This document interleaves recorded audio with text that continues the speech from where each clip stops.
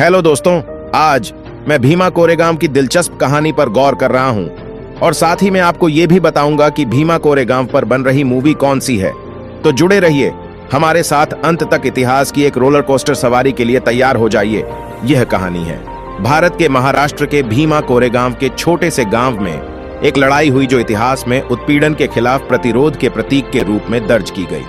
यह सौदा है ईस्ट इंडिया कंपनी, एक शक्तिशाली औपनिवेशिक शक्ति भारत पर कठोरता से शासन कर रही थी। लेकिन उस दुर्भाग्यपूर्ण दिन पर महार समुदाय के बहादुर सैनिकों का एक समूह अपने उत्पीड़कों के खिलाफ खड़ा हुआ। ये सैनिक ब्रिटिश भारतीय सेना का हिस्सा थे और पेशवा शासन के खिलाफ ब्रिटिश सेना के साथ लड़े थे। अब 1927 में तेजी से आगे बढ़े जब डॉक्टर B.R. अंबेडकर, सामाजिक समानता और न्याय के समर्थक अंबेडकर ने भीमा कोरेगांव में युद्ध स्मारक का दौरा किया। उन्होंने इस लड़ाई को भारत में जाति आधारित भेदभाव के खिलाफ लड़ाई में एक महत्वपूर्ण घटना के रूप में देखा और तब से भीमा कोरेगांव दलित गौरव और प्रतिरोध का प्रतीक बन गया है। लेकिन यही चीजें जटिल हो जाती हैं। हाल के वर्षों में भीमा कोरेगांव विवाद और हिंसा से घिर गया है। 2018 में युद्ध की 200वीं वर्षगांठ मनाने वाले एक कार्यक्रम के दौरान झड़पें हुई। अधिकारियों ने दावा किया कि कार्यक्रम के दौरान उत्तेजक भाषण दिए गए, जिससे विभिन्न समूहों के बीच हिंसा हुई। हिंसा भड़काने के आरोप में कई कार्यकर्ताओं और बुद्धिजीवियों को गिरफ्तार किया गया, जबकि अन्य ने तर्क दिया कि वे केवल भाषण और अभिव्यक्ति की स्वतंत्रता के अपने अधिकार का प्रयोग कर रहे थे। इस घटना ने भारत में असहमति की सीमा और मौलिक अधिकारों की सुरक्षा के बारे में देशव्यापी बहस छेड़ दी। इसने सामाजिक न्याय और समानता के लिए चल रहे संघर्ष की ओर भी ध्यान आकर्षित किया, जो आधुनिक भारत को आकार दे रहा है, जो उस समय भारत के बड़े हिस्से पर शासन कर रहे थे। भारी संख्या में होने और भारी प्रतिकूल परिस्थितियों का सामना करने के बावजूद महार समुदाय के सैनिकों ने असाधारण वीरता और साहस का प्रदर्शन किया। वे पेशवा सेना को पीछे हटाने और एक उल्लेखनीय जीत हासिल करने में कामयाब रहे। यह लड़ाई बहुत महत्व रखती है क्योंकि यह जाति आधारित भेदभाव और उत्पीड़न के खिलाफ लड़ाई का प्रतीक है। उस समय महार समुदाय के सैनिकों को अछूत माना जाता था और उनकी जीत ने मौजूदा सामाजिक पदानुक्रम को चुनौती दी थी। आधुनिक समय में तेजी से आगे बढ़ते हुए भीमा कोरेगांव जाति आधारित भेदभाव के खिलाफ लड़ने वालों के लिए स्मरण और उत्सव का स्थल बन गया है। हर साल 1 जनवरी को हजारों लोग न्याय और समानता के लिए लड़ने वाले बहादुर सैनिकों को श्रद्धांजलि देने के लिए भीमा कोरेगांव युद्ध स्मारक पर इकट्ठा होते हैं। हालांकि हाल के वर्षों में यह स्मरणोत्सव विभिन्न समूहों के बीच हिंसा और झड़पों की दुर्भाग्यपूर्ण घटनाओं से प्रभावित हुआ है। इन घटनाओं ने भीमा कोरेगांव की कहानी के असली सार और आज के समाज में इसके महत्व पर सवाल खड़े कर दिए हैं। विभिन्न समुदायों के बीच शांति और एकता को बढ़ावा देने के साथ साथ भीमा कोरेगांव के ऐतिहासिक संदर्भ को समझना और उसकी सराहना करना हमारे लिए महत्वपूर्ण है। हमें एक समावेशी समाज बनाने का प्रयास करना चाहिए, जहां हर व्यक्ति के साथ सम्मान और सम्मान के साथ व्यवहार किया जाए, चाहे उनकी जाति या पृष्ठभूमि कुछ भी हो। याद रखें, यह हम पर निर्भर है कि हम इतिहास से सीखें और बेहतर भविष्य की दिशा में काम करें।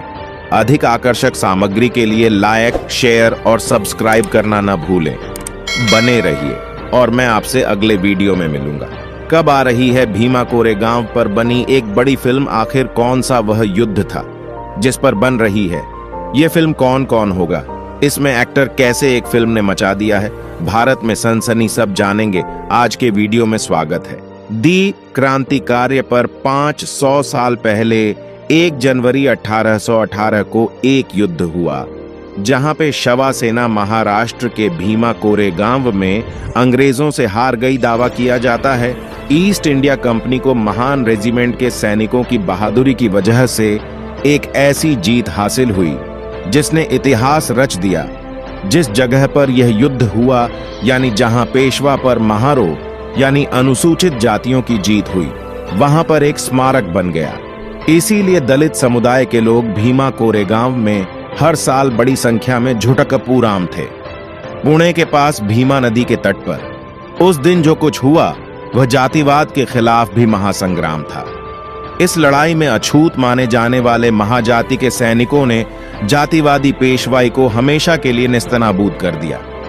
ब्रिटिश ईस्ट इंडिया कंपनी की 500 सैनिक की एक छोटी सी कंपनी ने, जिसमें ज्यादातर दलित सैनिक थे, पेशवा शासक बाजीराव द्वितीय की 28,000 की सेना को महज 17 घंटे चले युद्ध में पराजित कर दिया। कोरेगांव के मैदान में महार सैनिकों ने लड़ते हुए वीर गति की प्राप्ति की। उनके सम्मान में सन 1822 में भीमा नदी के किनारे काले पत्थरों के रणस्तंभ का निर्माण किया गया, जिन पर उनके नाम गुदे हुए हैं। इसको लेकर एक फिल्म का बाकायदा निर्माण भी हुआ है और इस फिल्म में मुख्य तौर पर अर्जुन रामपाल एक महान योद्धा के रूप में दिखाई देने वाले हैं। इस फिल्म का नाम है भीमा कोरेगांव। पूरा फिल्म का नाम है the battle of Bhima Koregaon. इस फिल्म के पोस्टर को देखने पर आपको पता चलता है कि यह फिल्म कितनी थ्रिलिंग होने वाली है। दोस्तों, यह फिल्म भीम कोरेगांव के इस युद्ध पर ही बनी हुई है जो हमने आपको अभी बताई। दोस्तों, यह जो स्तंभ बना हुआ है, यहाँ पर एक बार बाबा साहब अंबेडकर भी गए थे। तभी से हर साल यहाँ शौर्य दिवस भी मनाया जाता है। अगर फिल्म की बात करें तो फिल्म बनकर तैयार है, लेकिन रिलीज के लिए अड़चन आ रही है। अब तक कई बार इसकी तारीखें आ चुकी हैं, लेकिन अब यह कंफर्म हो चुका है कि 2024 में यह फिल्म रिलीज होने वाली है। इसको लेकर के बुक माई शो पर भी यह मूवी दिख रही है, जिसमें 2024 में इसकी रिलीज डेट रखी हुई है। इसमें अर्जुन रामपाल, सनी लियोन, दिगंगना सूर्यवंशी, अभिमन्यु सिंह जैसे ऐसे एक्टर दिखने वाले हैं। इसके अलावा इसमें में श्रेया घोषाल ने भी म्यूजिक दिया है। रमेश ठेठ इसके निर्देशक, लेखक और निर्माता हैं। देखना होगा कि यह फिल्म कितना कमाल कर पाती है, लेकिन फिलहाल इस फिल्म की चर्चा पूरी दुनिया में हो रही है। मिलते हैं अगले वीडियो में, तब तक के लिए जय हिंद। दोस्तों, आज की वीडियो में बस इतना ही। इस चैनल पर मैं सिर्फ बाबा साहेब के जीवन से जुड़ी छोटी बड़ी सभी जानकारी लेकर आता रहता हूं। यदि